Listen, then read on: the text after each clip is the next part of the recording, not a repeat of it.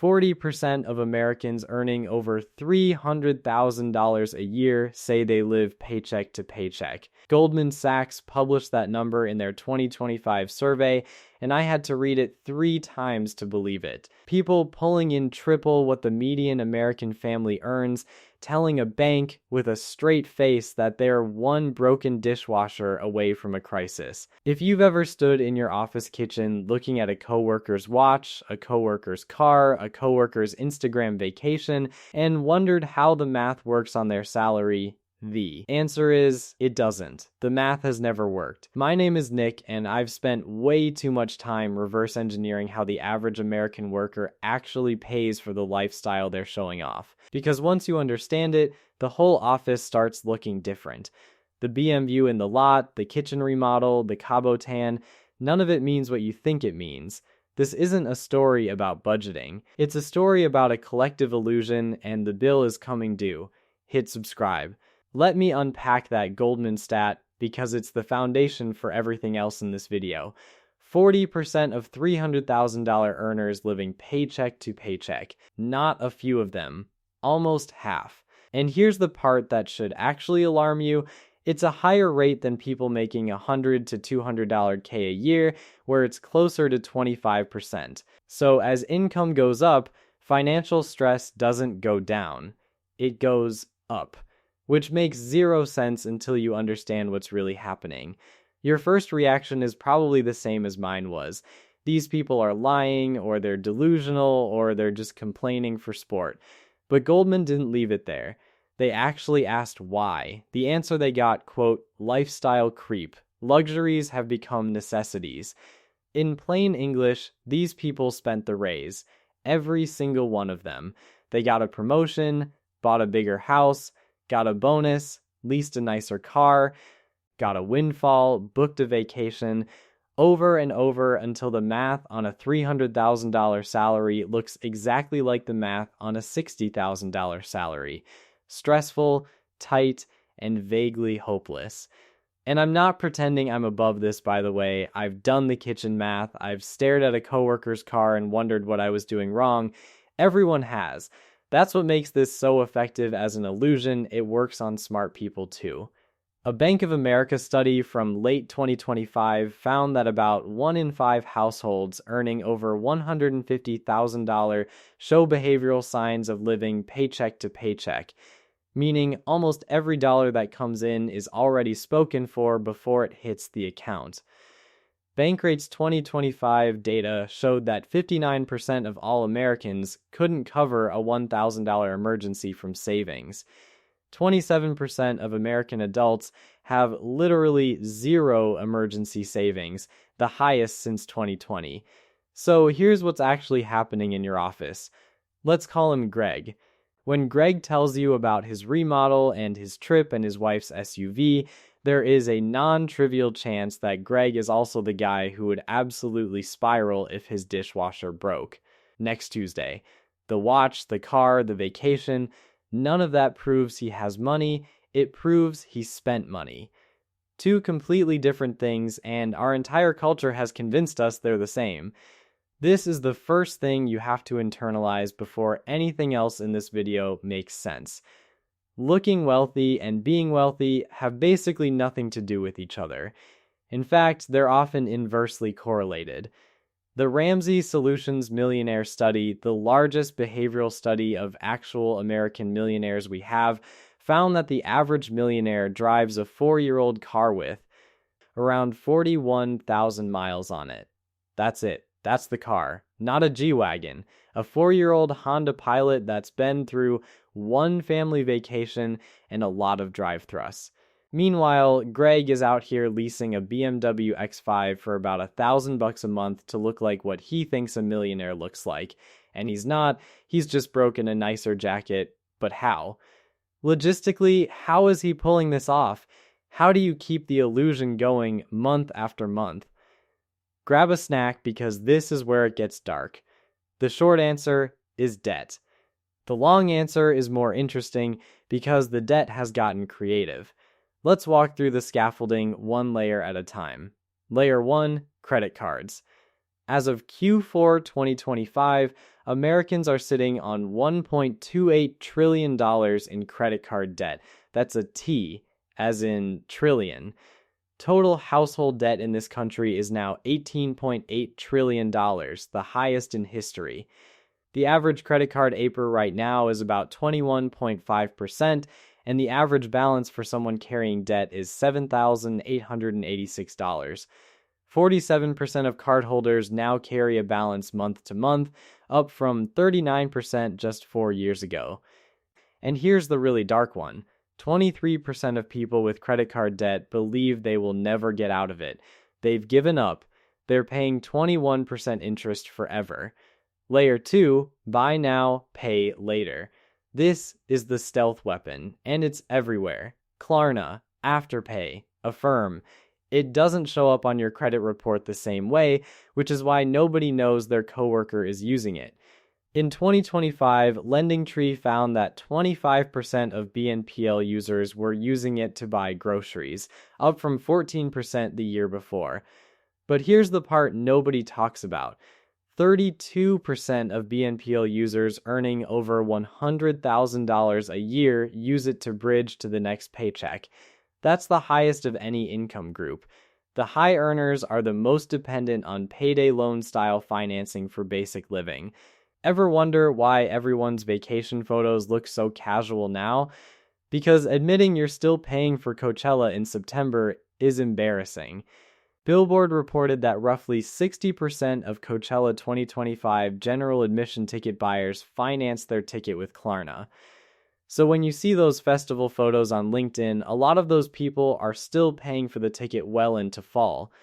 47% of BNPL users also admitted to paying late in the past year, and 63% have multiple BNPL loans running at the same time. They're literally running a miniature portfolio of lifestyle debt. Layer 3, the auto loan. This is Greg's favorite layer. The average new car payment in America hit $772 a month in Q4 2025. All-time record. But here's the real tell. 20.3% of new car buyers, that's 1 in 5, are signing up for payments of $1,000 or more per month. That's also a record. And 29.3% of trade-ins are underwater, meaning the buyer owes more on the old car than it's worth, with the average negative equity sitting at $7,214. They're rolling that loss into the new loan. For 84 months, 7 years. People are driving cars they'll still be paying off when the car is older than most middle schoolers, and the leases, the luxury ones you see in the parking lot, 70 to 75% of new Mercedes, BMWs, Audis, and Porsches in America are leased, not purchased. For German luxury EVs, that number is 93%. Greg doesn't own the BMW, Greg is renting the BMW. In 3 years, BMW takes it back and Greg signs up for the next one. It is an endless subscription to the feeling of having a BMW. So the scaffolding is credit cards on the bottom, BNPL in the middle, a stretched auto loan on top, and then a thin coat of paint. Which means when you walk past Greg's BMW in the lot tomorrow, just remember that's not Greg's BMW, that's BMW Financial's BMW. Greg just pays the rent. And that's just the debt you can see. The invisible stuff, that's where it gets even weirder. Alright, here's where the whole thing gets weird. Because everything I just described can be written off as self-inflicted. Bad choices, dumb loans, vibes over math, but the next layer isn't even their money. Savings.com ran their 2025 study on this, and the numbers are genuinely absurd. 50% of parents with adult children over the age of 18 are sending their adult kids money on a regular basis. The average amount is $1,474 per month. That's almost $18,000 a year per adult child. And it's not just rent for the 22-year-old still figuring life out. For Gen Z adults between 18 and 28, the number jumps to $1,813 a month. For millennials aged 29 to 44, it's still $863 a month. Yes, there are 40-year-olds getting $1,000 a month from mom. And the best part? Savings.com found that parents in the workforce are now giving 2.3 times more money to their adult kids than they're contributing to their own retirement accounts. So that coworker you're comparing yourself to, the one whose lifestyle makes zero mathematical sense on her salary, there's a real chance the math is made up somewhere else. Pew Research found that 44% of adults between 18 and 34 got financial help from their parents in the past 12 months. That's almost half of all young adults. The National Association of Realtors reported that 22% of first-time homebuyers in 2025 used family money for their down payment. Redfin's 2024 data was even more striking. 36% of Gen Z and millennial buyers who plan to buy soon expect a cash gift from their parents. That's up from 18% in 2019. And then there's the iceberg under the whole thing, the Great Wealth Transfer. Cerulli Associates updated their forecast in late 2024 to $124 trillion, up from the $84 trillion everyone was quoting for years. $124 trillion will move from boomers to their kids and grandkids over the next 2 decades. And here's the part that matters for your office. Half of that, $62 trillion, is coming from just 2% of households. Inheritance is not evenly distributed. Most of it lands on a tiny number of people, and those people then quietly look like everyone else in the parking lot, except their math works because someone else is doing it for them. So when you're standing next to Brenda at the coffee maker doing envy math, remember she might not be outperforming you financially, she might just be playing the game with a completely different starter pack. You're running the marathon. She got dropped off at mile 22 in an Uber. Both of you finish, only one of you trained. And Greg? There's a real chance Greg's mom is Venmoing him $800 a month we never see. That BMW isn't just rented from the bank, it's co-signed by Boomer Wealth he'll never mention at lunch. Here's the one your coworker will never ever tell you about at lunch. If they didn't inherit and they're not drowning in debt, there's a third possibility: they're working more than you think. A lot more. The Bureau of Labor Statistics released a genuinely wild data point in November 2025. Over 9.3 million Americans were working multiple jobs simultaneously, the highest raw number ever recorded since they started tracking it in 1994. 5.7% of employed Americans, the highest share in 25 years. Half of these multiple job holders have a college degree. It is no longer a broke college kid thing, it's a fully credentialed, salaried, 34-year-old thing. Then there's the side hustle economy. Bankrate found that 36% of American adults had a side hustle in 2024, and 41% of those side hustlers use the money for discretionary spending, the fun stuff. Vacations, dinners, the new jacket, not survival, fun. So when that coworker casually drops $600 on a weekend getaway, it's possible that money didn't come from her salary at all. It came from the Etsy store or the DoorDash Saturdays or the freelance gigs she doesn't talk about at work. And then there's the hidden modern phenomenon, overemployment. A 2023 Resume Builder survey of fully remote workers found that 79% had secretly worked 2 or more remote jobs in the past year, 36% were doing it at the time of the survey, 34% were pulling over $100K combined. Fortune ran a profile in August 2025 on workers holding 3, 4, even 5 remote jobs at the same time, making $725,000 a year, using AI to hit all their deadlines. Picture this. You think you're working in an office with 40 people. Statistically, some of them might be secretly working somewhere else at the same time. Greg isn't just on that long bathroom break. Greg might be on a Zoom call for his other full-time job, literally crushing 2 stand-ups at once. The camera's off for a reason. When you're doing envy math on your coworker's life, you might be comparing your one income to his hidden 2. You're running the race fair. He's slipped a GPS tracker into his shoe and an e-bike into his backpack. And he still looks exhausted every morning. Because he is. That dead stare Greg has by 3 p.m. isn't stress. It's a second stand-up meeting. Let me hit you with one more reframe, and then I'll get to what you should actually do. The visible things your coworker owns, the watch, the handbag, the car, the renovation, those are not wealth. They are specifically, almost by design, the opposite of wealth. They are wealth's impersonators. There's this idea in economics called inconspicuous consumption. A 2010 study in the Journal of Marketing by Hahn, Nunes, and Doxey found something fascinating. The wealthiest consumers tend to prefer luxury goods with quiet, subtle branding, small logos, muted signifiers. Meanwhile, the people who spend the highest percentage of their income on luxury tend to buy the loudest, most branded versions regardless of their actual net worth. In other words, the louder the logo, the less money is usually behind it. Real money whispers, fake money screams. Picture two guys at dinner. One's in a plain cashmere sweater, no visible logo, quiet watch, driving a 5-year-old Lexus. He has $4 million.